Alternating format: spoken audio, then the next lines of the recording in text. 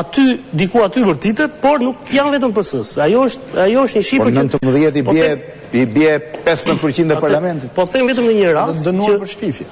Vetëm nuk është 15%, se janë 140 deputet.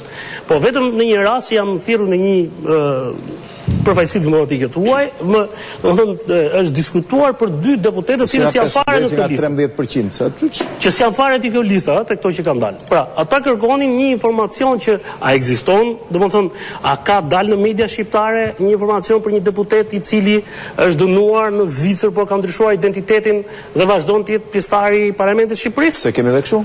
Po sepse ata po e kërkonin dhe fakti që po e kërkonin diçka dinin. Kështu që ata po e kërkonin. Ky s'ka dalë akoma. S'ka dalë, nuk është përfshirë, se kam parë deri tani. Deputeti i Parlamentit Shqiptar dënuar në Zvicër për drogë. Sipas përfaqësisë në fjalë, ekziston tek gjërat vogla thotë. Ja, çuditëresa edhe pesa. Edhe e fundit blendi që mos e rimar më fjalën është, e dëgjova me vëmendje në fillim Zherin që tha që ne jemi në situatën që Italia pra e ka kaluar, pra ne jemi ezitet mbrapa. Problemi është që ne nuk kemi asnjë Giovanni Falcone, asnjë Paolo Borsellino, nuk kemi asnjë general De La Chiesa, që ka paguar me kokë. Italian, dhe keqja tjetër është që kryesorja për mua, ne nuk kemi ende një Tommaso Buscetta që të na zbërthej nga brenda.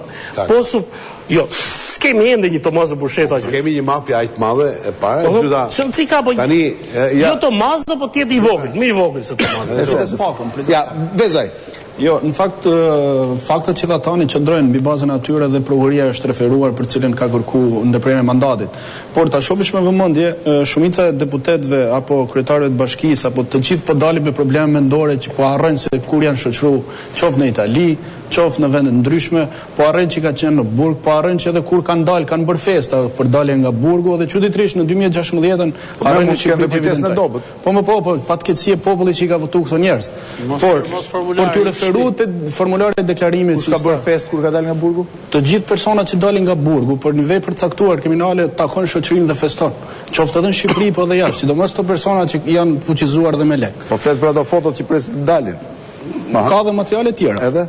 Jo, për t'ju kthy pjesës tjere, ka djeni apo s'ka djeni, formulari i deklarimit nuk të pyet, kishe apo s'kishe djeni, thot kur ta firmosish këtë formular, ke kujdes sepse që të kesh djeni. Mbash përgjegjësi penale në qoftë se nuk i pasqyron apo edhe nuk i evidenton në këtë formular. Siç thot rasti konkret, pasqyrimi të dhënave të rremen në këtë formular përbën vepër penale dhe dënohet me burgim sipas 190 Kodit Penal. Pika D.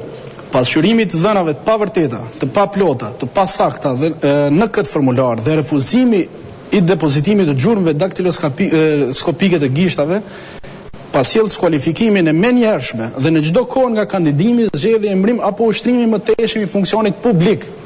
Çka do të thotë ke harru që je dënuar shtetit, je vëlla du të dorëzosh mandatin. Sipas këtij formulari, se merr avokat përpara si ta zhej. Kështu që procedurat ligjore ndiqi. Peza, rasti Tahirit.